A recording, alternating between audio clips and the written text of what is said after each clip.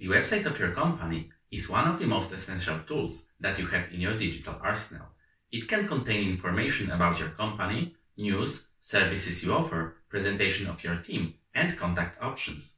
It can even serve as a point of sale if it is an e-commerce website. Because it serves so many purposes, you want to know exactly whether it works as expected. To start analyzing your website, you must follow a couple of steps. First, you need to choose a website analytics tool. Then, you need to set it up correctly to collect data from your visitors. And once you have data, you need to analyze available data inside the tool and make decisions based on it to improve the results. Let's start with choosing the website analytics tool. As you imagine, there are thousands of available tools such as Google Analytics, Adobe Analytics, Mixpanel, Heap, and more. There is no definitive answer which one will be the best for your company. It depends on the budget you have, data you need, and other tools that you use. However, if you don't have specific requirements, Google Analytics is the safest bet.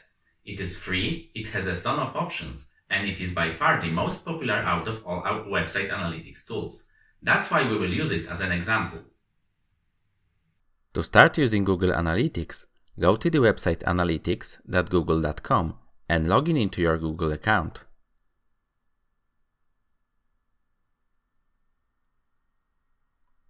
Once you logged in, click on the Setup button and follow the on-screen instructions.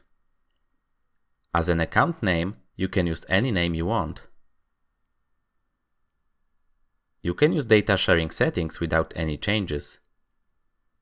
On the next screen, you want to specify whether you want to measure web or app data. We will choose the web. Then fill the name and the URL of your website, industry, and reporting time zone.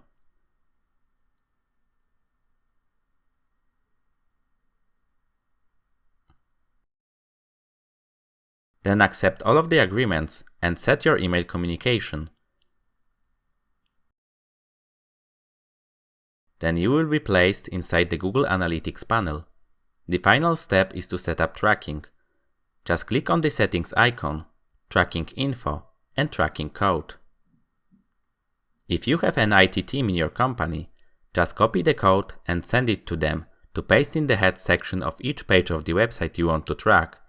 Instead of pasting the code into every page, if you have Google Tag Manager added to your website, which is used for managing different codes, including website tracking codes, you can ask to add Google Analytics tag there.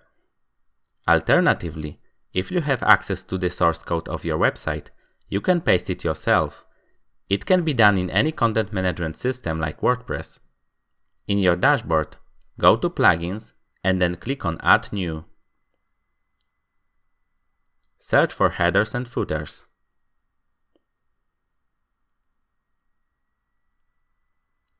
Click Install Now and then Activate. Now if you go to the settings, you see Insert Headers and Footers tab. In this tab, you can paste any code, including Google Analytics tracking code, and it will be added to the header, body, or footer section of all of the pages of your website. Once you paste the code, click Save.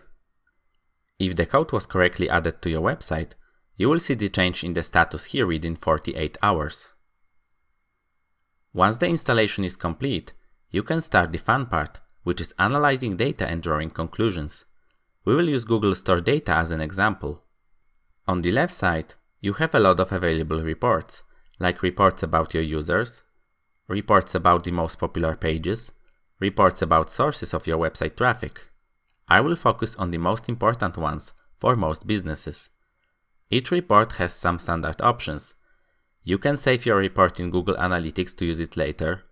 You can export it to different formats like Excel if you want to analyze it there. You can share the report with your colleagues, and you can check suggestions from Google on what can be improved on your website. Each report gives you an option to choose the date range that you are interested in. Also, you have an option to add a segment if you want to display data only for part of the users who are interesting for you. For example, only for new users or only for users who are mobile visitors. Below you have a chart or graph that visualizes the date, and of course you can adjust the view to your needs, like change chart type, change date range, or change data that is presented. Most reports also have filter option, and we will take a closer look at it later. The idea is to include data that is interesting for you and exclude data that is not interesting for you. Also, in reports you have a table with data and all kinds of statistics. You can sort it based on different statistics by clicking on the header. Let's start with the Audience tab, where you can find out who your visitors are. Overview gives you the general information. The most important stats are the users, so basically how many people visited your site, sessions, so how many times your site was visited by the users, and one user can generate multiple sessions. Page views, so how many different pages of your website were displayed during all sessions, and during one session the user can see multiple pages. Average session duration, so how much time users spent on your website by average. You want all of these metrics to be higher each month. Another important metric is bounce rate, which shows you how many people visited your website but didn't take any action, such as button click or click on a link. And of course, you want this statistic to be as low as possible. Also, you can check from which countries and cities your visitors are. Other interesting stats in the Audience tab are age and gender, and devices breakdown. To see age and gender data in the new account, first you should enable marketing and advertising reporting features, which will be also useful when you start advertising on Google Ads for remarketing purposes. Just go to Demographics Overview and click the Enable button to turn on advertising features. As I mentioned, you can check all this data for any period of time you want. You can change it in the top right. You should track all of the statistics that are important to your business and monitor how these statistics change month by month. What is the seasonality and the influence of your promotional campaigns? As a starting point, you can select data for the whole year. You could even use Compare to option, which will display data for the previous period too. In this case, for the previous year. It will help to check whether there is any seasonality. Click Apply and also change the view to month, because daily view may be too detailed. Once you choose data you are interested in and the period, it's time to draw some conclusions. How to do that? For example, you can see that overall you have less users this year than in the last year. You need to think about what could be the reason. Maybe you spent less money for promotion. Maybe you added less content to your website. Maybe some competitors stole some of your users. Or maybe you had some issues in delivery of the products and you lost some clients. The other thing is that you have the best results in terms of users for both years in May and November.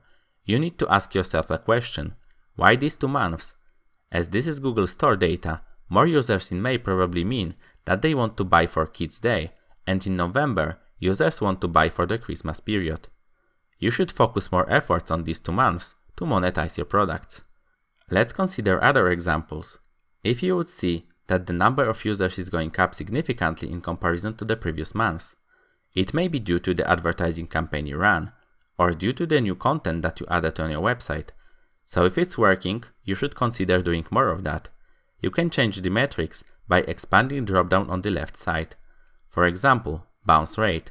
If you have a high bounce rate, for example above 60%, it may be an indication that your website is not intuitive to the users. You may decide to rebuild the site and improve user experience. If you would switch to the Age tab and see that the change for the particular age group is much higher than the average change for all groups, for example, you can see that 65 plus segment is growing. Even though the general trend is negative, you may try to monetize this fact and prepare more products or even special section on your website for this particular group of users. But as all of these stats we covered in this video are statistics for the whole site, you can see in an overall trend or direction that something good or something bad is happening on your website. And to fully understand what exactly in which part of the website and what to do about it, you need to dig deeper, and that's exactly what we will do in the next video.